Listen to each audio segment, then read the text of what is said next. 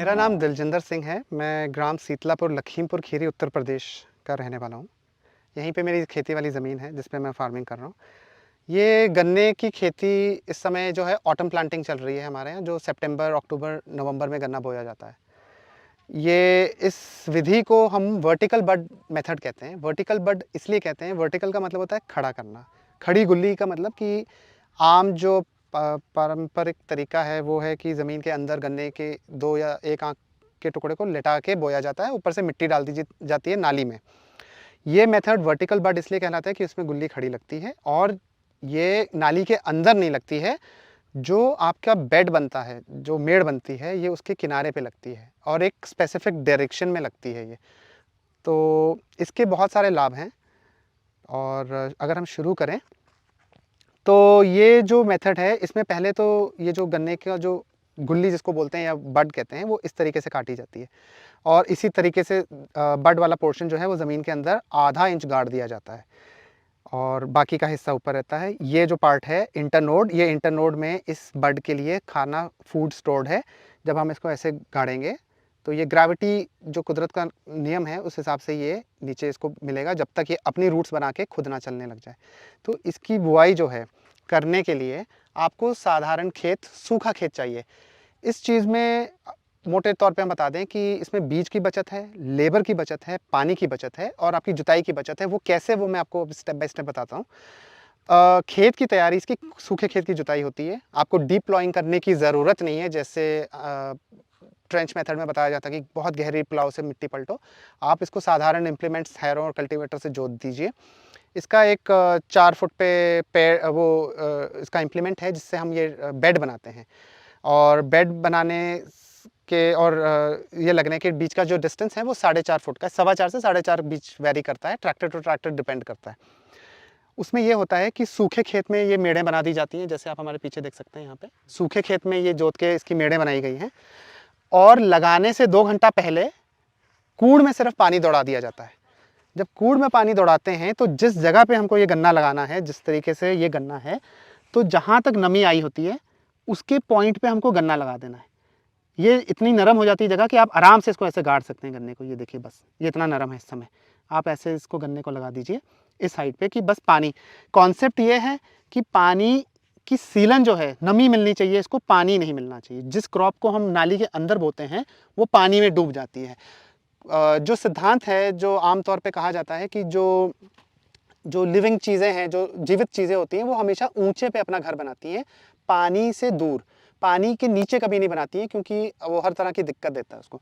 जब हम इसको इस पॉइंट पे लगाते हैं तो यहाँ पे पानी की नमी आने के कारण इसको जितनी ज़रूरत, आवश्यकता है, ये उतना लेता है। इसमें इसका जो एरिएशन है वो नहीं बंद होता, हवा का संचार जो है वो रुकता नहीं है। जब भी आप कहीं पानी भर देंगे तो वहाँ पे हवा नहीं बचेगी।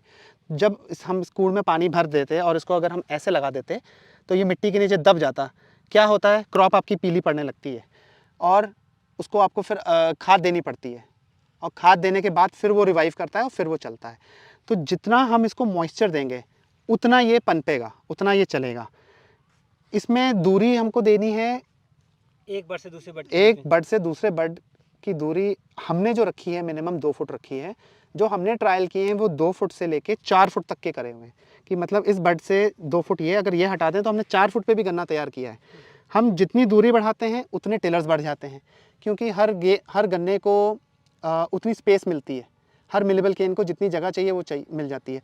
तो जब हम 2 फुट पे लगाते हैं तो ऑन एन एवरेज हर बड से हमें 10 से 12 गन्ने मिल जाते हैं।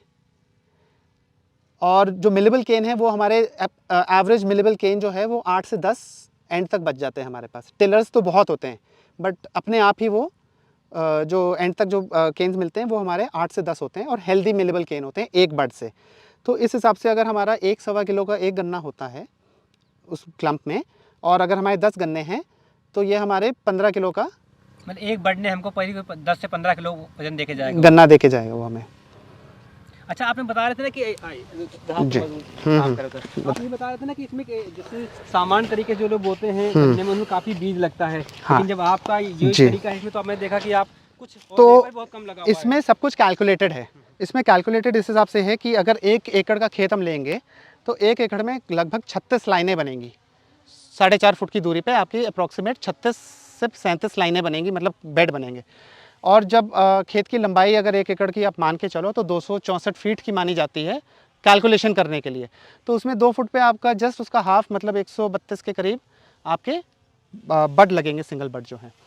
और इस हिसाब से आपका जो जब गन्ने का जो कैलकुलेशन है वो हम वेट के हिसाब से नहीं करते, हम नंबर ऑफ़ केन्स के हिसाब से करते हैं कि कितना बीज लगा। वो इसलिए क्योंकि कोई गन्ना 1 किलो का भी होता है, कोई 1.25 किलो का भी होता है, कोई 2 किलो का भी हो जाता है।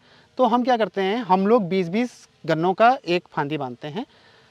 ऑन एन एवरेज एक गन्ने में से बुआई के टाइम और गन्ने के साइज़ पे डिपेंड करता है, 10 से 15 आँखें हमको मिल जाती हैं। 10 से 15 आँखें हमको हर गन्ने से मिलती हैं। तो हमें 1 एकड़ खेत में 4.5 बाई 2 फुट पे हमको चाहिए 4700 बड्स, 4700 से 4800 बड चाहिए हमें 1 एकड़ की बुआई में। तो वो अगर हमें 10 बड पर केन मिल रहा है तो हमारे 470 गन्नों में हो जाएगा। अगर 5000 बड लग रही हैं तो 500 गन्ने हमारे लगते हैं मात्र, जबकि यहाँ पे तो कई को लोग 15 से 20 और जब सामान्य विधि से जैसे बुआई होती है तो मिनिमम जो लगता है वो है 25 से 30 क्विंटल, और जब ट्रेंच में चले जाइए तो 40-45 क्विंटल तक आपके बीज की खपत हो जाती है। तो इस हिसाब से हम जब किसी को बीज का दर बताते हैं तो हम गन्नों की गिनती में बताते हैं कि 470 गन्ने या 500 गन्ने लगे हमारे, उसमें क्विंटल का कोई लेना देना नहीं होता। अब इसके बाद अब हमारा जो पानी है वो इसी नाली में लगेगा हर बार। हम फ्लड इरिगेशन नहीं करेंगे पूरे खेत में। इससे हमारी 2 चीज़ों की बचत है, एक पानी की बचत है, दूसरा फसल को नुकसान नहीं करेगा पानी। अतिरिक्त पानी फसल को असल में नुकसान करता है। और तीसरा कि बेड के ऊपर खरपतवार जो है वो कम जमेगा, जब उसको पानी नमी नहीं मिलेगी तो कम जमेगा, जमता है बट कम जमता है। तो उसकी निराई गुड़ाई या अगर आपको केमिकली उसको कंट्रोल करना है तो आप कम दवाई में भी आप उसका कर सकते हो। फिर आ जाती है कीटनाशक की बात। अगर आप डाल रहे हो तो क्योंकि गन्नों की संख्या कम है, हम खेत के हिसाब से दवाई नहीं डालते हैं कि 1 एकड़ में इतने लीटर या इतने टैंक, हम पौधे के हिसाब से दवाई डालते हैं। तो वो हमारे ग्राम्स में आती है। जब हम इस सीड का शोधन करते हैं, सीड ट्रीटमेंट, आपने रेड कलर का वो कुछ जी, सीड ट्रीटमेंट जब हम करते हैं तो हमें बहुत ज़्यादा पानी नहीं चाहिए। वो 150 लीटर पानी में हम 2 ग्राम के हिसाब से दवाई डालते हैं। तो 2 ml पर लीटर के हिसाब से तो 250 ml हमारी दवाई में 2-3 डालते हैं वो बता दीजिए। बहुत बेसिक दवाइयाँ इस्तेमाल करते हैं हम। कार्बन डाइजिम फंगिसाइड होता है सीड ट्रीटमेंट के लिए, थायामेथाक्साम ट्रीटमेंट देता है इसको इंसेक्ट से। हालांकि हमारी ज़मीन में अब दीमक नहीं रह गई है, बट फिर भी थायामेथाक्साम, और प्लस उसमें हम फिप्रोनिल डाल देते हैं जिससे कि अर्ली शूट बोरर से थोड़ा बचाव हो। उसके बाद फिर हम ऊपर से जब वो जमा हो जाता है तो उसका फिर जो एज़ पर रिक्वायरमेंट मैनेजमेंट है वो हम बाद में करते रहते हैं गन्ने में। तो अभी तक जितनी इसकी जो सिंचाई होगी वो इन्हीं नालियों में होगी, और वीड मैनेजमेंट जो है वो दवाइयों के माध्यम से होगा। इसमें कोई लेबर नहीं लगाई जाएगी गुड़ाई और निकौनी के लिए। दोनों चीज़ें बच गई, 2 चीज़ें वो बच गई।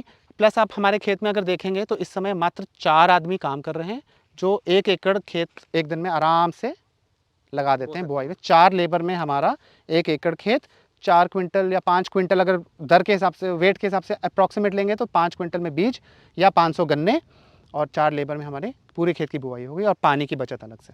और आखिर जो हम आएंगे, जो ईल्ड पे आएंगे, तो वो क्या कहेगी फिर? ईल्ड हमारा जो है, गन्ने की ईल्ड जो है हमारी टाइम पे, जैसे अब इस समय बो रहे हैं तो अनुमानित रहता है, जो हमने पिछले एक्सपीरियंस 5-6 सालों में किया है, तो हम 550 से लेके 600 क्विंटल के बीच में ईल्ड इसकी बड़े आराम से लेते रहे। अच्छा, और जो कि बाकी जो रहता है उसमें तो थोड़ा कमी। अब जो ट्रेडिशनल मेथड है उसमें क्या होता है, जो किसान समझता नहीं है, वो समझ ये नहीं पाता कि वो बीज तो बहुत डाल देता है खेत में, बट उसमें जो प्लांट की पॉपुलेशन होती है वो ओवर पॉपुलेटेड हो जाता है। उसमें जो गन्ने का साइज़ है, लंबाई तो भले ही आपको मिल जाएगी बट गन्ने की मोटाई नहीं मिलेगी। तो उसमें कुछ गन्नों का जो वेट होता है वो 500 ग्राम भी रह जाता है, और कुछ गन्नों का वेट 250 ग्राम और कुछ किलो तक भी चले जाते हैं। तो उसमें ये होता है कि खेत तो बहुत भरा हुआ दिखता है क्योंकि गन्ना अगौरा हर गन्ने पे होता है, तो दूर से खेत आपको भरा हुआ दिखेगा, बट एक्चुअल में जब हार्वेस्ट होता है तो ईल्ड हमेशा कम रह जाती है उसकी, क्योंकि पर केन वेट आपका कम हो जाता है। अच्छा, अब आखिरी मुझे ये बता दीजिए कि ये तरीका आपने सीखा कहाँ, क्योंकि आप उनको जी हम बिल्कुल वो एक यूनिवर्सिटी हैं अपने आप में, उनके प्रयोग हैं वो बहुत सालों से कर रहे हैं, और उनके प्रयोग का हम बहुत ही थोड़ा सा पार्ट हम अप्लाई कर पाए हैं। असल में ये कॉन्सेप्ट बहुत बड़ा कॉन्सेप्ट है। वो हैं सरदार अवतार सिंह जी, फगवाड़ा में उनका फार्म है। इस मेथड को originally good grow cropping system कहते हैं, जिसमें कि उनकी बिजाई में होती तो इसी तरीके से है, बट वो दूरी बढ़ाते हैं और वो इंटरक्रॉप लेते हैं। उनकी बिजाई 4 बट टू बट 4 फीट और 9 फीट रो टू रो रहती है। और ये टेक्निक उन्हीं की है जिसको हम लोग अडॉप्ट किए हैं यहाँ पे, और हम यहाँ पे बहुत सक्सेसफुली पिछले 4 सालों में कर रहे हैं और बहुत अच्छे रिजल्ट हैं और हम बहुत सेटिस्फाइड हैं। इसमें हमारी कॉस्ट कटिंग भी हो गई है विदाउट इफेक्टिंग आवर यील्ड। तो शुक्रिया आपका दिलेंद्र जी, बहुत बहुत धन्यवाद आपका। ये अच्छी जानकारी लगी, मुझे बड़ा खेत बड़ा रोचक लगा था, तो हमने कहा आप सबको दिखाया जाए। धन्यवाद आपका। Thank you so much.